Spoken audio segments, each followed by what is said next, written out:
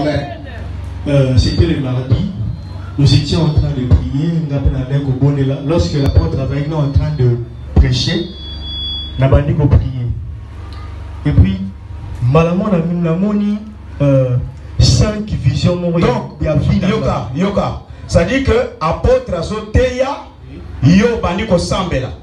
C'est-à-dire, yo c'est là qui te apôtre a yebisa yo ke banda ko sambela.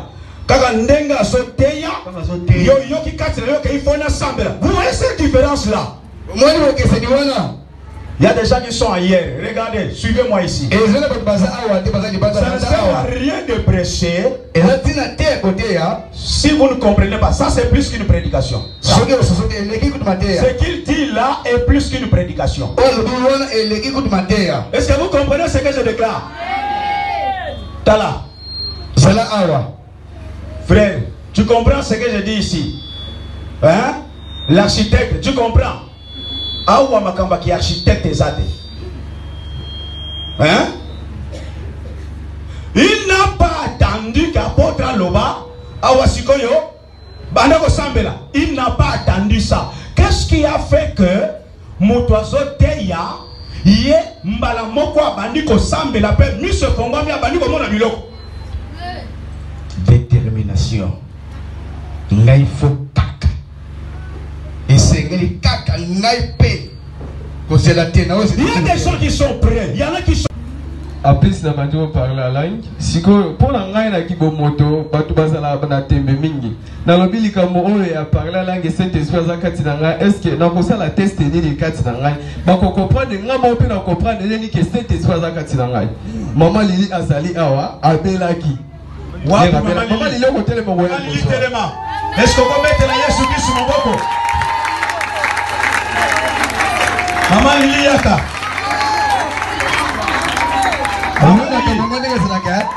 Maman Lili. Est-ce que Sambe la Ganabiso? La Sambe la Nabinote, la Sambe la step. Voilà. Maman Lili a Sambe la Ganabiso.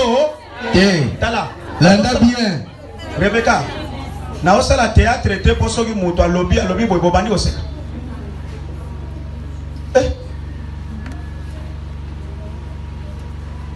Maman Sambe la Nabisote. Mais si koyo, eloko ni ne sali ke oya lelo dimanche lelo Sambe na biso. Makamuni ne leki na bomo ina yo. Pasteur, makamuni leki na bomo ina ngala sala ki 2 semaines na malade. Na kata ndao. Na vandi. Si bala bakeye bisa seme ki anga malo. Na 8. Bata, mandi luku na za moyete. Wane gitaza l'église habitant. Tout tena boya. Donc,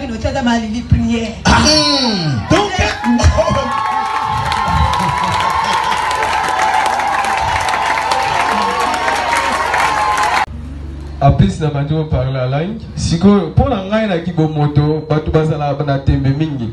Na lobili kamo oye a parler la langue cette espèce de katinanga. Est-ce que na kosa la test ni de katinanga?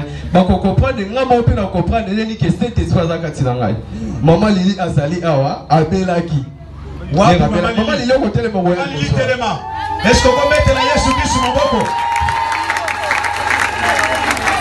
Maman Lili yaka.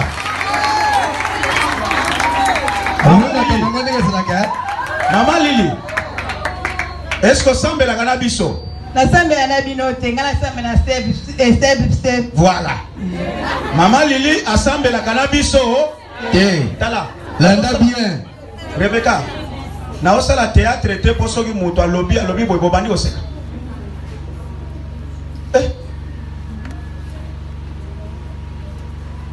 Maman Sambe la Nabisote. Mais si koyo, eloko ni ne sali ke oya lelo dimanche lelo Sambe na biso. Makamuni ne leki na bomo ina yo.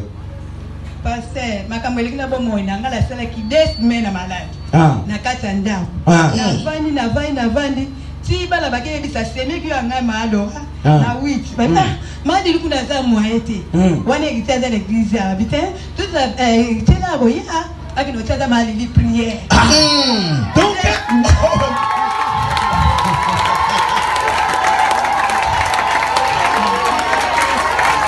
séminaire il y a 40 jours et apôtre Bob va écouter. Donc le premier jour, on a vraiment déterminé. avec Nzambe, on a ça vraiment en esprit et en vérité. Mais souvent, si on a commis la pose à yourself, makasi, les temps on a dit makambo ya makasi. Pourquoi? Dans la scène qui peut pas Nzambe a aidé ngai. Et lorsque que Saint-Esprit et Kiti nazaki déterminé que Saint-Esprit le long des fois là tapenzanga. Donc c'est la kango le penane na zuango. Donc un avanzi na bandi ko sambela nazaki ko na mwana na nzoto. Donc il m'a moko puissance moko elatinga donc na correcté. Nazaki yo vanda na bandi ko bouger na kiti donc na bandi ko ka se saisir te. Na telemi ba yeba kanyinga na vandi mais donc il m'a aussi barade on a aussi un rana télé donc nazomi boire ngamo no mituna mais non mi sala ko boani donc nazomi boire kana mandaka ko miye donc yo zo luka okoma calme hein au fin de net batuno so baza normal mais anomalie wana hein entre guillemets moi buzoba wana ils ont continué hein yo zo luka comme normal parce qu'il y a des gens ici muto malamu eza oya yene église afani wana.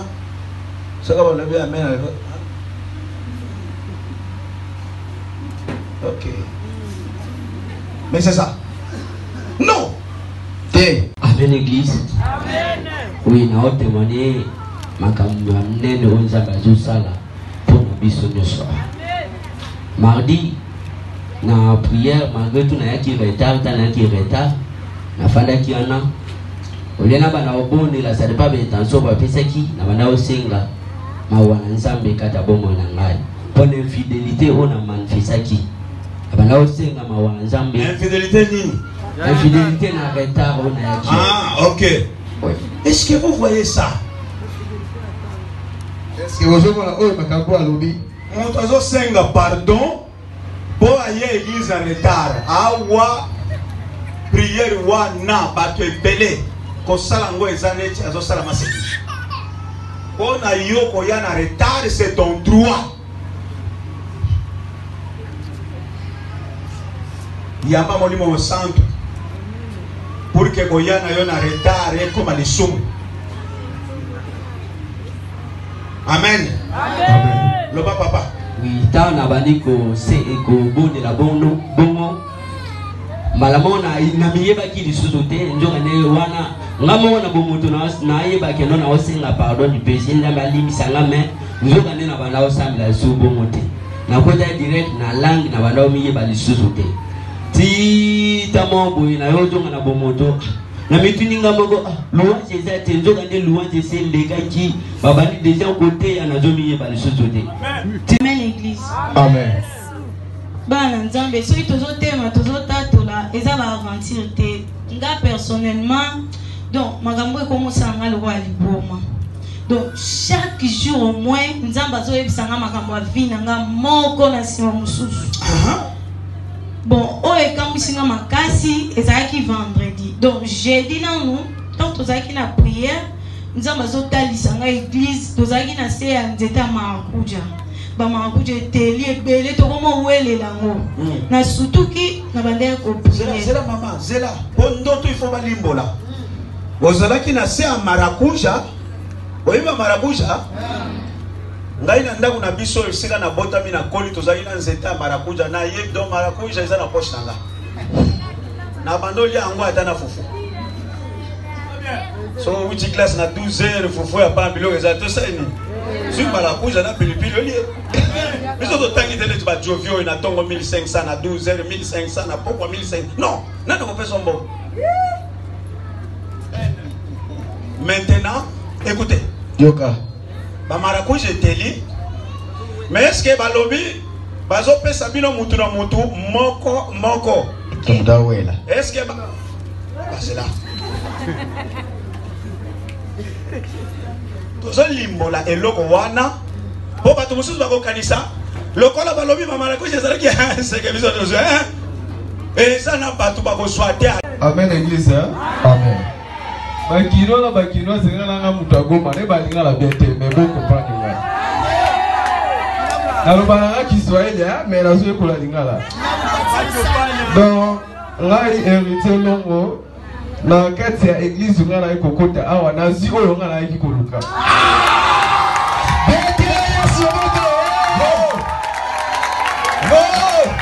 C'est ça. Nazi oyo na yaki koluka na ndeni ngai le na zi na mokili soki na ki komela tirbo il faut na langwa ba ko comprendre na yene na meli il faut na langwa so komela nini na ki komela tirbo ah yo bando mela tirbo oui o ba komaki na faire d'homme la brune là batu ba ko lo tenga singa soki na su kopo moko na la liti lobi na 10 heures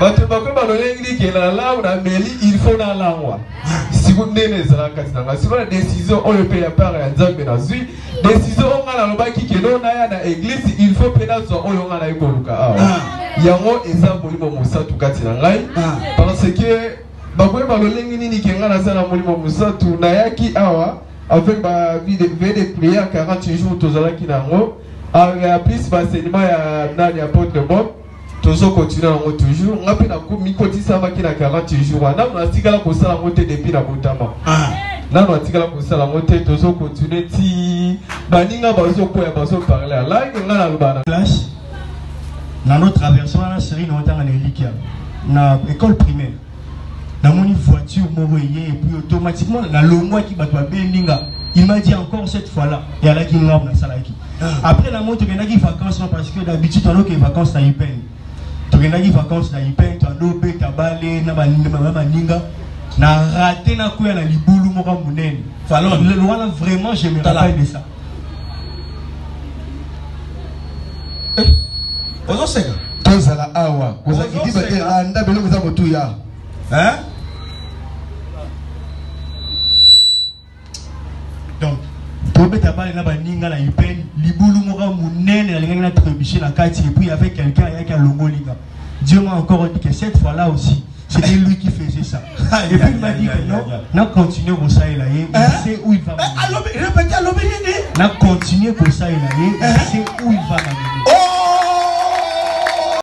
azok selinga o na bungisaki amen dimanche papa lobaki oyo azana don ya Saint-Esprit te kati na ye azamwana abitala bien place na bandaki na samtema lobaki asike na zamwana nzambe te po grâce na zaki na mona za nango sute donc alongola nengai ozaki na grâce nini yaya na bandako za ba songe mingi et puis ceux qui na zui bongo na bakopesa ngai par exemple batali singa elo ba singa muto fa sala boy et puis soka sali nenga monite elo ba be ko koma be venir monsieur koya est-ce que vous olanda ezaki te ndoto parce que biso nyonso lota ka bandoto mais là ça c'est le don de prophétie version vision parce que la vision est uniforme il y a don il y a prophétie il n'y a pas un don particulier qui s'appelle vision et ça don il y a prophétie et s'exprime à canamité de belé et là ça c'est la prophétie non seulement à colote le même muta ko yebisa mutu wana